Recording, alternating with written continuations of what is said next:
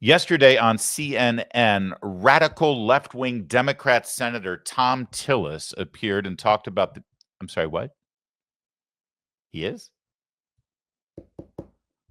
Apparently, Thom Tillis is a Republican. Huh. Who knew? Well, let's watch what he told Jake Tapper, and then you decide whether he really is a Republican.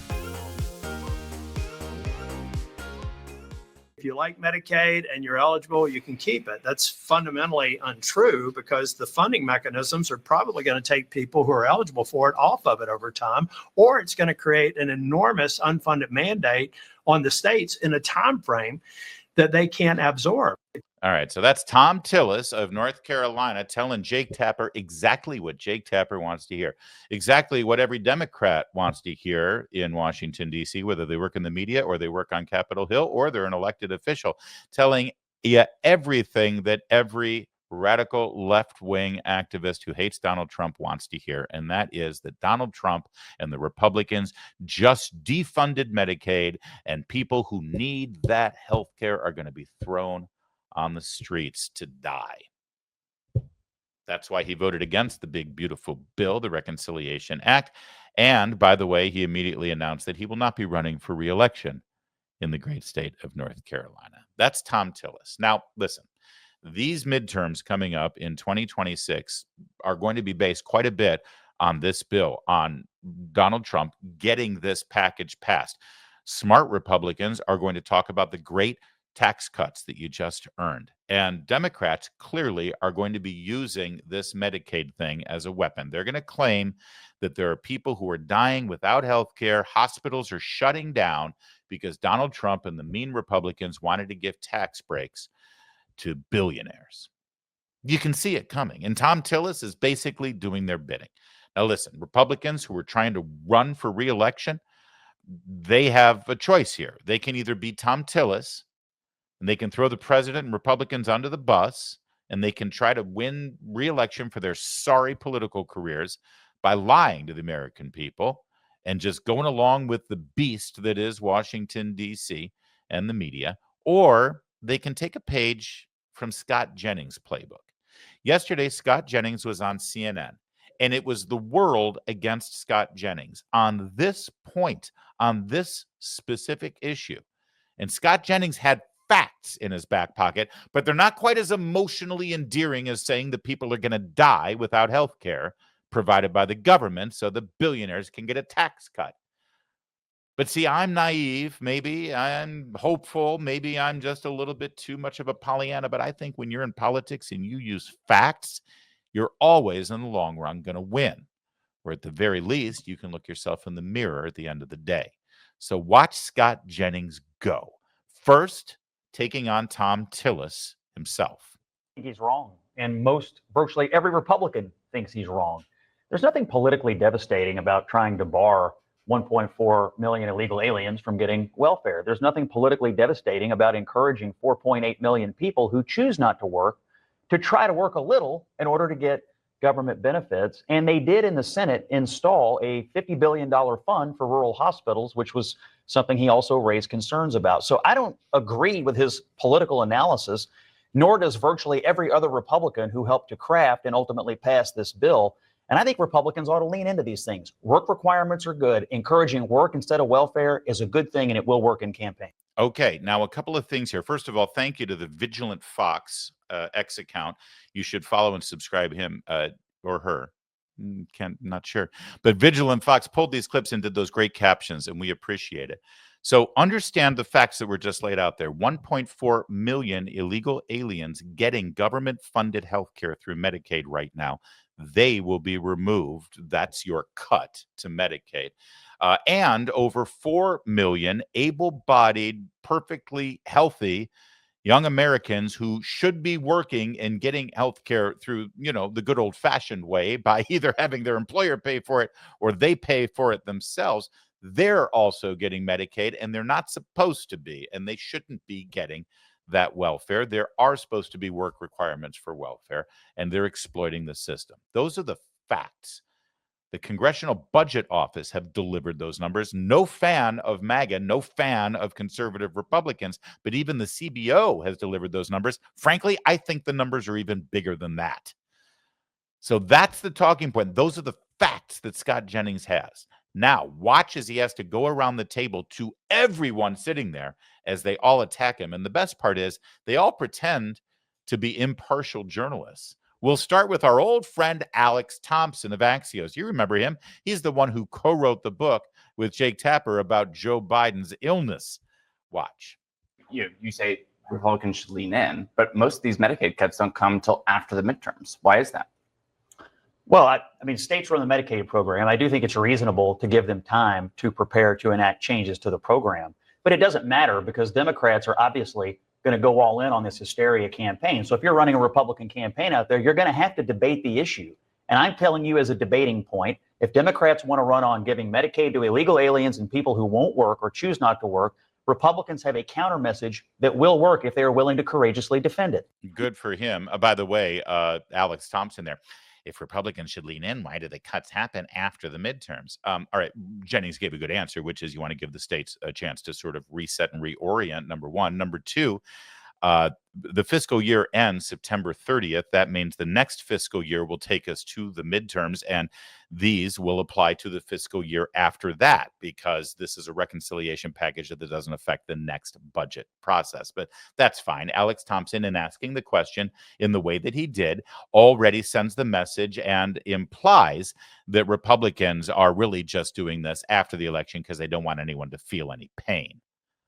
Fine, Alex. Thanks for showing your true colors. Also on the panel, a Democrat congresswoman. I was going to say, I mean, you're putting your... Congressman. I was going to say, I mean, you're putting your Republican colleagues of mine in the position of having to declare people to be deadbeats at the time when they are working two jobs. They are doing everything they can to make ends meet. And you guys are going to take the rug out from under them. And they're not going to be happy. They're going to be rightly, I think, upset about it. You guys are conflating two populations, and it's not my conjecture. Just ask the CBO. Everybody likes to cite the CBO. The CBO's own numbers. Typically. 4.8 million. Well, I'm going to cite them because they tend to be popular, at least in here. 4.8 million people on Medicaid who choose not to work. That's not my going out and counting. That's the CBO. 1.4 I mean, but million Scott, have you ever? There are so many. There is a population that chooses not to work that maybe should try a little. How and many the people you cite are not going to lose their benefits. And then, of course, you've got the host intervening and fighting. It's literally Scott Jennings against the world here on this panel. I don't know how he does it, but you heard the congressman there. You got people out there working two jobs just trying to make ends meet, and you're calling them deadbeats. You're going to throw them off, which is an absolute lie. I'm sorry, it's just a lie. If you're working and you're not making enough and your employer doesn't provide you health insurance, fine, you're getting it because thanks to Obamacare, you're getting it through Medicaid and you're not losing that benefit. The people who are losing the benefit are people who aren't working, but can be working and should be working and aren't even trying to work, and illegal immigrants who shouldn't be in this country.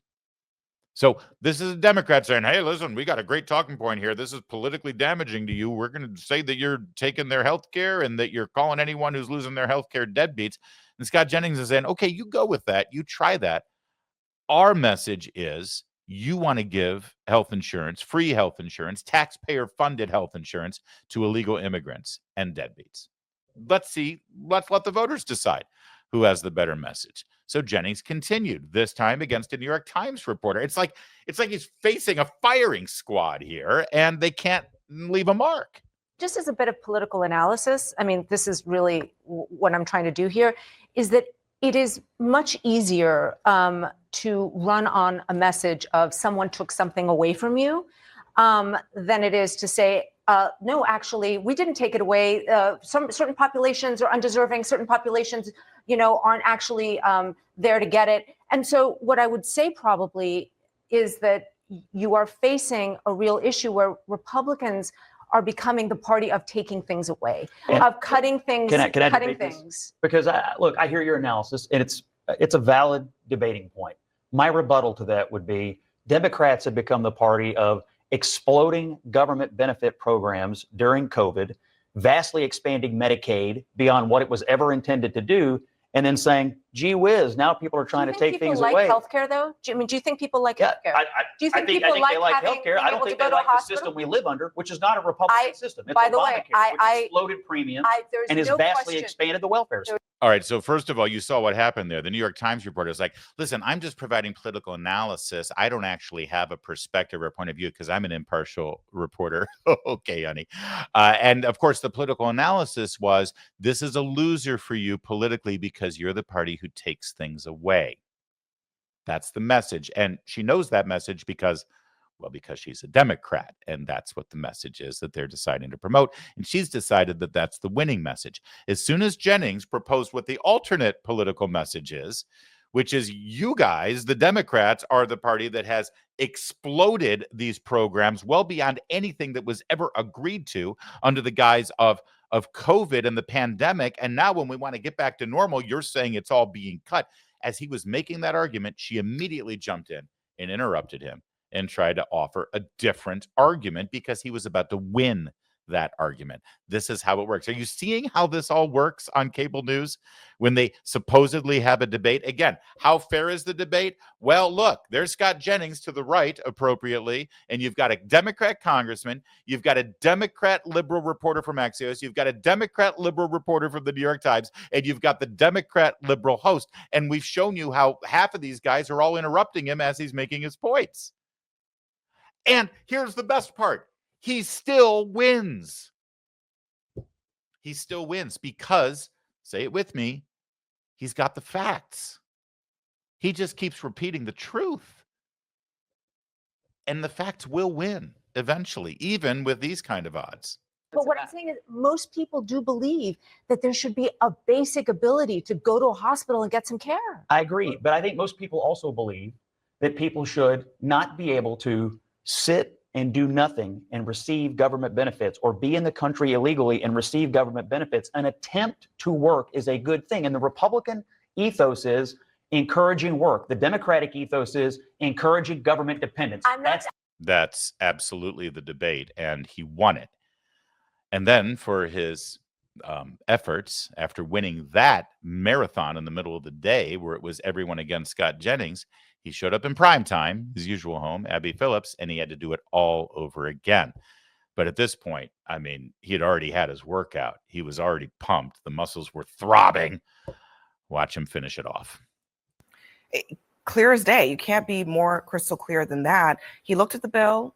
He decided to give up his seat. He voted against it because he says it just does not work and people will lose coverage. Yeah, I don't know why he decided to quit over a disagreement. People disagree all the time. I mean, it's okay to disagree with the president of your party or the president of another party. Politicians don't always have to agree. It seems like he's throwing a bit of a Donald fit. Trump would have primaried him? You don't think Donald Trump would have a... Wait, did we not miss the part where Donald Trump essentially but it seems like a pretty big fit to completely quit what you're doing over one disagreement. He was either going to lose because he was getting primaried, or he was going to lose because he voted for the bill and it's so unpopular and it would kick people off of their health care. It's not unpopular. It's very popular. I think it's underwater even by Fox News. I think his political analysis is wrong. I don't think it's unpopular at all to try to reform an entitlement program, to save it for the people who need it, to keep illegal aliens from getting welfare benefits they shouldn't be getting, to encourage people to go to work. I don't think these things should be shied away from by Republicans. None of that is true.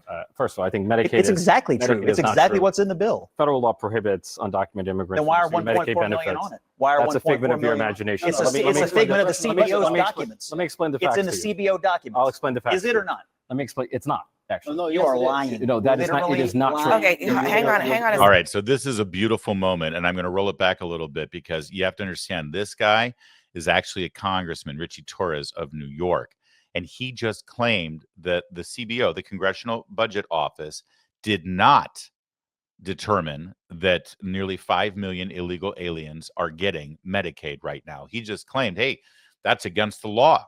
You can't be getting federal benefits if you're an illegal immigrant. He's lying. He's lying. And he knows for a fact, because he's not stupid. These people aren't stupid. That states like California have fudged the system and robbed Peter to pay Paul, and they've moved around all this fungible federal money that they're getting from the government to do exactly that, deliver free health care to illegal immigrants. For God's sake, Gavin Newsom brags about it. He bragged. Where do you think all that money came from? His own governor brags about it. His own mayor of his city, Eric Adams, has been complaining about it. That all of these illegal immigrants who have been funneled into Manhattan during that's why, by the way, the Biden administration started investigating him on federal corruption charges. It's why his party has abandoned him in New York and gone with the communist, Kami Mamdani. Because Eric Adams, the Democrat mayor of New York, blew a whistle on it and said, we can't pay for all these illegal immigrants in this city, and we're expected to. So watch this exchange again as Richie Torres arrogantly says, let me educate you about this. And Scott Jennings flat out just said, is it in the CBO report that nearly 5 million illegal immigrants are getting health care or not? And Torres lies. He just lies. Watch, it's a great moment. And then it gets pretty fiery. Things should be shied away from by None Republicans. of that is true. First of all, I think Medicaid It's exactly true. It's exactly what's in the bill. Federal law prohibits undocumented immigrants. Then why are from 1.4 Medicaid million benefits. on it? Why are That's a 1.4 figment of your million? imagination. It's a Let me figment of the explain CBO's documents. Let me explain the facts. It's in the to you. CBO documents. I'll explain the facts. Is it to or you. not? Let me explain. It's not. Actually, No, you are lying. No, that is not. It is not true. Okay, hang on a You're second. inventing facts out of thin air. All right. So Medicaid is Hold on, guys. You're talking about Medicaid- state program. Medicaid. Hold on. Medicaid is the most popular program after Social Security and Medicare. So $1 trillion cut to Medicaid, which is what Republicans just did, is not only bad morals and bad economics, it's bad politics. Medicaid is actually more popular than you, Scott Jennings.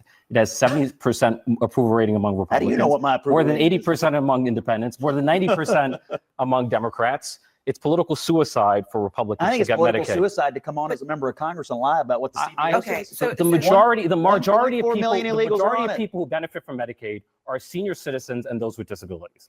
Almost Yeah, all I don't disagree Medicaid with funding goes toward the elderly, the disabled, children, and working adults. That's who it's for. And that's It's not for and those illegals. are the people It's for whom not it for principally illegals. benefits. Scott, just to disentangle this. I just want to make sure that you saw what happened there, because nobody is saying to cut health care for senior citizens or the disabled, right? They're cutting the portion of Medicaid that is being exploited right now illegally by illegal immigrants and by people who should be working.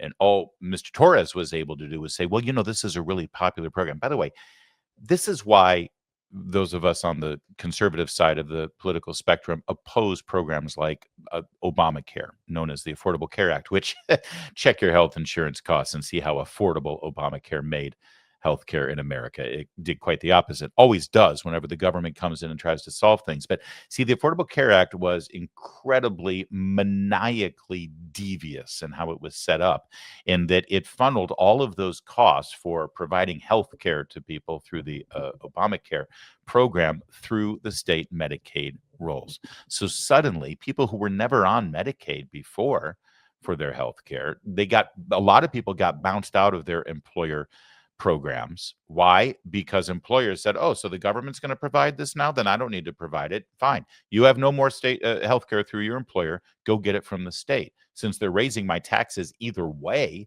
and I got to pay for it either way, why should I pay for it through my higher employer taxes and Medicaid and provide you with basic HMO healthcare coverage on the job? I'm getting penalized because I don't provide it. So go ahead, get it from the state. So people lost their health insurance through their employer that they were getting. Then they had to turn to the state to get it. And suddenly everyone's dependent on that, where they weren't before, right? Then Torres says, well, this is really popular. Well, sure, because everyone needs it now. They're not going to get a doctor's appointment unless they have it because it's so expensive now that Obama screwed up our health insurance industry in this country. So everyone, it's popular. It's super popular. Everybody likes it. And it's political suicide. Understand that they're not making the argument that this is the right thing to do, that we should have this program, that we need to have this program, that it's a vital program. Their entire argument is it's political suicide. You're going to lose the election because you've done this. That's a bit of a tell, isn't it? Because they can now use this as a weapon. This is why we want the government out of these things. We don't want the government to provide people with food. We don't want the government to provide people with health care. We don't want the government to provide people with money. so that they can get back. Because the second a grown-up enters the room saying, we can't keep paying for all of this, especially to people who can provide it for themselves. Why are we paying for people who should be able to provide for all these things for themselves, for their college tuition, all the things that the Democrats want to pay for? What they really want to do is make you dependent on the government, because that's where they get their power. And so when a conservative or Republican comes up and says, we can't keep paying for this, we're going to go bankrupt, it's going to stagnate our economy, let's get people on their own feet paying for their own things instead of dependent on the government. And the Democrats use it as a weapon to keep power. They terrify you. If the government goes away and they don't provide these things, you're going to die in the streets. That's why you need us. And as long as you need us, we keep power. Look at the politics in England right now. Look at the United Kingdom, where they love their government-run healthcare. Canada, same thing. Everything in the budget is about that government-provided free healthcare, which ain't so free, my friends. And every election ultimately ends up being about which politician is going to give you more access to an MRI. That's why we don't want it here. And that's why Democrats do, because it's their avenue to power, keeping it forever over you. But notice how Richie Torres just turned around and said, listen, it's about senior citizens and the disabled. And at no point has anyone claimed that senior citizens and the disabled are going to lose their health care, because they're not. That's not where the cuts are coming from. But it doesn't matter, because they have their talking point. And all they have to do is say, there are cuts to Medicaid, and Medicaid provides health care for senior citizens. Therefore, senior citizens and the disabled are going to lose their health care because they've cut Medicaid. Even though that's not what the cuts, if you even want to call them cuts, even touch. And that's what this boils down to. And you just need to stay informed and use your brain to see through the lies. This year, the federal law prohibits undocumented people from getting Medicaid. That is the law. But they're on it. Okay, not the federally funded part of Medicaid. States have Okay. their own funding mechanisms, and some of them have chosen to expand it to include everyone. There's a difference here. Now, you don't like to acknowledge the difference, but that difference does exist. So once again, Scott Jennings then has to fight the host of the show as well. It's a remarkable thing, but he won left and right, top and bottom, all the way around, even though it was one man against the world. And if Republicans are smart, they're going to see exactly what Scott Jennings did there, and they'll be able to fight these fights, stay calm, stay a happy warrior, tell the truth, and call your opponents out on the lies that they're saying about you. The facts are on your side. And by the way, one other thing, if Republicans were smart, they'd be lining up Mr. Jennings to fill that Senate seat that's open in Kentucky. Just saying.